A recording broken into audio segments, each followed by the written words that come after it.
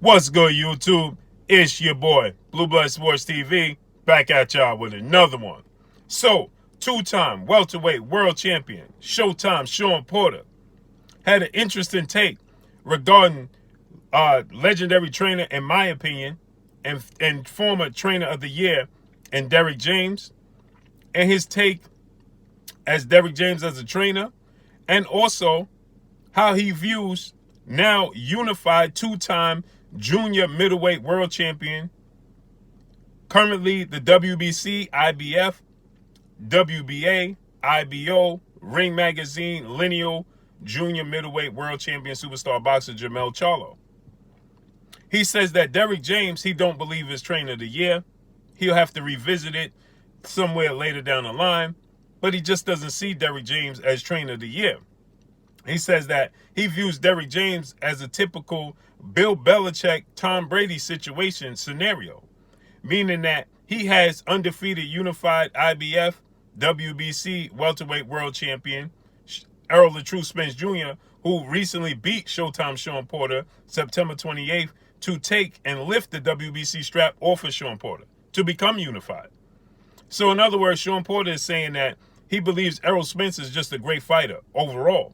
And because Errol Spence is a great fighter, it really doesn't matter who his trainer is because he's going to be great, a la Tom Brady. A lot of people feel like Tom Brady is what makes Bill Belichick. So he's saying that Errol Spence is what makes Derrick James. And the reason that he can't give Derrick James full credit is because his other fighter, who has been mentioned, he has two unified world champions, and Jermell Charlo. He says that Jermell Charlo is just simply, he believes he's overrated because he's not fighting the best opposition at junior middleweight.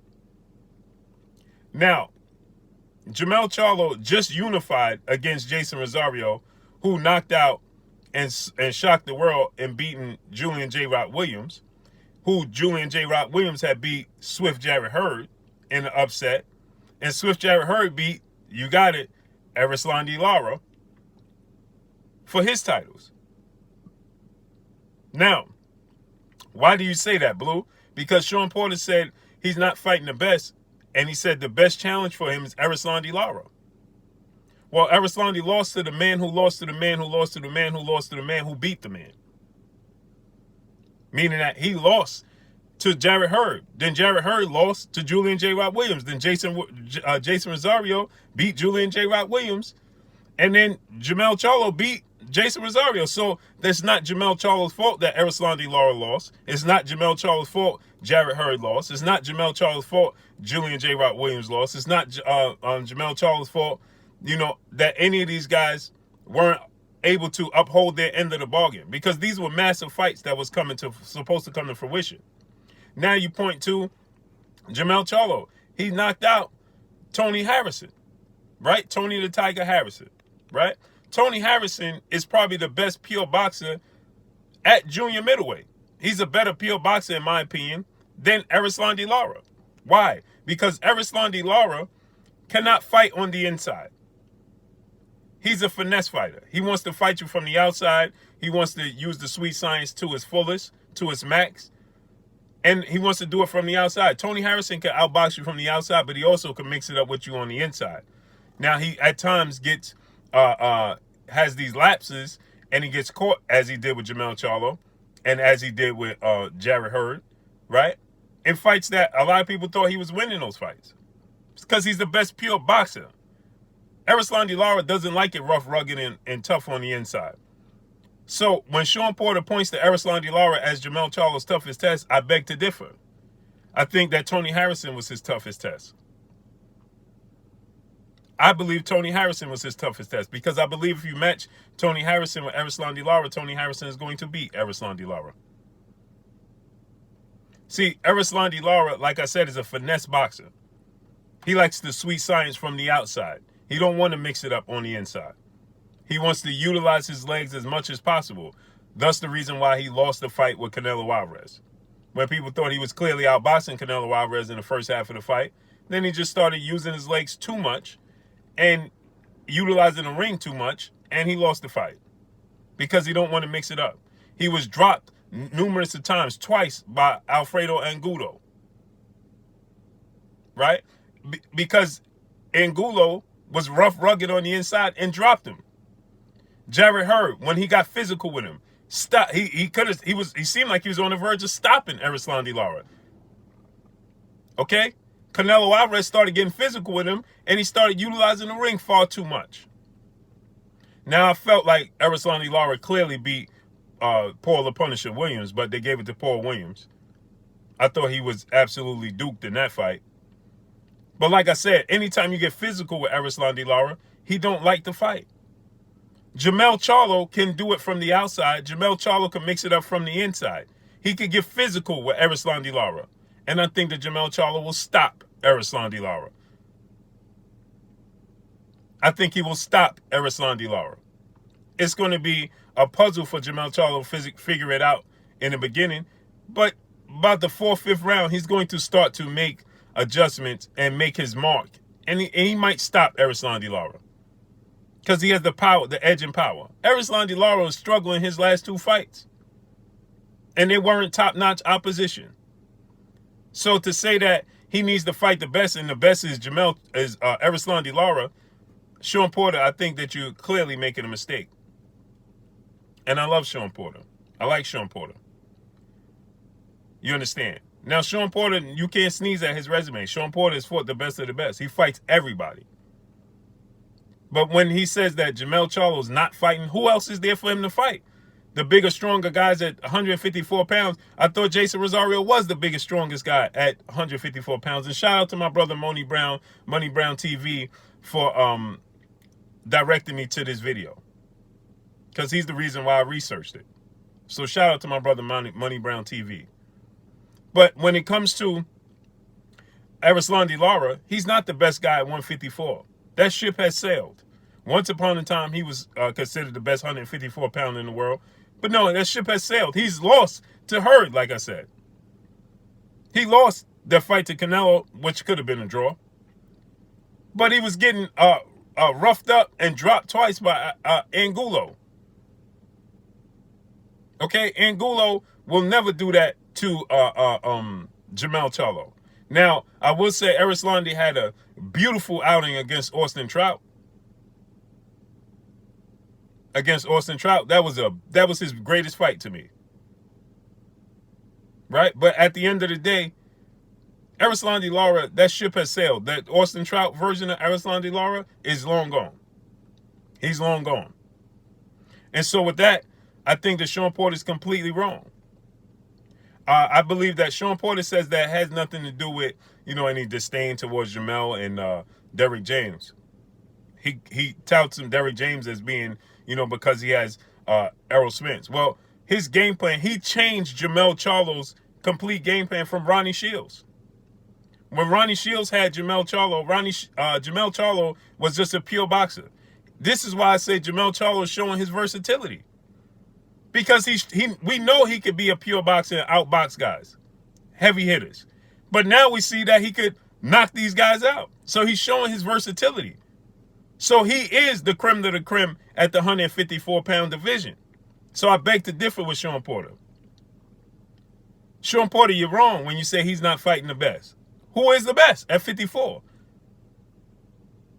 So if he fights Erislandy Lara, that's it? So there's only one good guy at 154?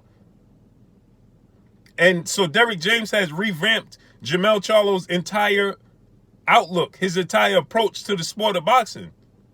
He's now a knockout artist that the great Ronnie Shields, who's a legendary Hall of Fame trainer, stated that Jermell Charlo wasn't a knockout artist. He's a pure boxer. He went to Derrick James, and now he's knocking everybody out. That's due to Derrick James making adjustments. So you got to give Derrick James his props for having 2 unified world champions. And I thought that Jermell Charlo won the first fight with Tony Harrison. So he should have 2 undefeated unified world champions. And like I said, if you say that, well, Errol Spence, you don't have to do much work with Errol Spence because he's just a blue chip prospect and he's going to do it regardless of who's in his corner. Well, you got to look at the difference he made in Jermell Charlo's career. Night and day. Two different careers. Two different fighters. One was a pure boxer with the great legendary, like I said, Ronnie Shields. And now he's a knockout artist that's patient with Derrick James. That's Derrick James teaching. So you have to give Derrick James his credit. And then he says that he could compete with Jermell Charlo because he would be stronger and more physical, and he would, be able to compete, if not beat Jermell Charlo. I feel like this fight is brewing. He says that I will fight Jermell Charlo. He says the only other guy that would compete with him would be Errol Spence, but Errol Spence is not going to fight him due to the fact that they share the same trainer and their friendship, which I agree. But I believe that this fight is brewing between Jermell Charlo and Shawn Porter. And like I said, I don't believe Shawn Porter's style meshes well against Jermell Charlo. Oddly enough, I think that Shawn Porter could beat Erislandy Lara. I think that Shawn Porter has a better chance of beating Erislandy Lara than he do Jermell Charlo. Jermell Charlo is too physical and too strong with too much power, and he's too big. Shawn Porter's 5'6.5", 5'7". Jermell Charlo is 6 feet, and he's a knockout artist. He's just a naturally bigger guy. So he'll be able to stand his ground against Shawn Porter's style, his onslaught, and that pressure style. That relentless pressure style. And Jermell Charlo is very patient, so he won't use a lot of energy. He won't fatigue. But what Jermell Charlo dishes out, I don't believe Shawn Porter will be able to withstand, just simply of the size difference. Because Shawn Porter's not a sweet science type of guy. He's not a slick boxer that can outbox the bigger man. Shawn Porter's a physical fighter. And I don't think that physicality will work against Jermell Charlo. Now, I would love to see it, but I don't believe that it will work. I think Jermell Charlo is very patient. He's very accurate, and he'll catch Shawn Porter. Shawn Porter was dropped by Adrian Broner with a check hook. He was dropped by Errol Spence, and Jermell Charlo is stronger than both of those guys. He hits harder than both of those guys, and he might be more accurate than both of them because of his patience and his discipline on defense as well. We see what he did to Jason Rosario, who was a far bigger, stronger guy than Shawn Porter, with more power in both hands. And he dropped Jason Rosario with left hooks twice before he even stopped him, going backwards. So this is what I'm saying. I think that his style meshes is all wrong for Shawn Porter. And I think this fight is brewing. But I think Jermell Charlo will be victorious. And this is no slight to Shawn Porter. Just think styles make fights. So you got to give Derrick James his credit, because look at the adjustments he did and made in Jermell Charlo's career. And look what he's done with Errol Spence. Got to give that man his credit. I agree, Errol Spence is the blue chip prospect that can't miss coming out the amateurs. But still, no, you got to give Derrick James his credit for molding that. So let's see what's next with Shawn Porter. Seems like he's barking up that Jermell Charlo tree. But that's all I got for y'all. Y'all already know what it is. Drop a comment in the comment section. Let me know what y'all think. It's your boy Blue Blood Sports TV. Hey, like, comment, and subscribe. You haven't subscribed, hit the subscribe button, hit the like button, hit the bell icon to get all the new notifications. Follow me on Instagram at Blue Blood Sports TV, all one word. Y'all already know what it is. Shout out to the entire LDBC. Shout out to New Media. Shout out to Black Media Row. Make sure you like and share these videos. That's all I got for y'all. Peace.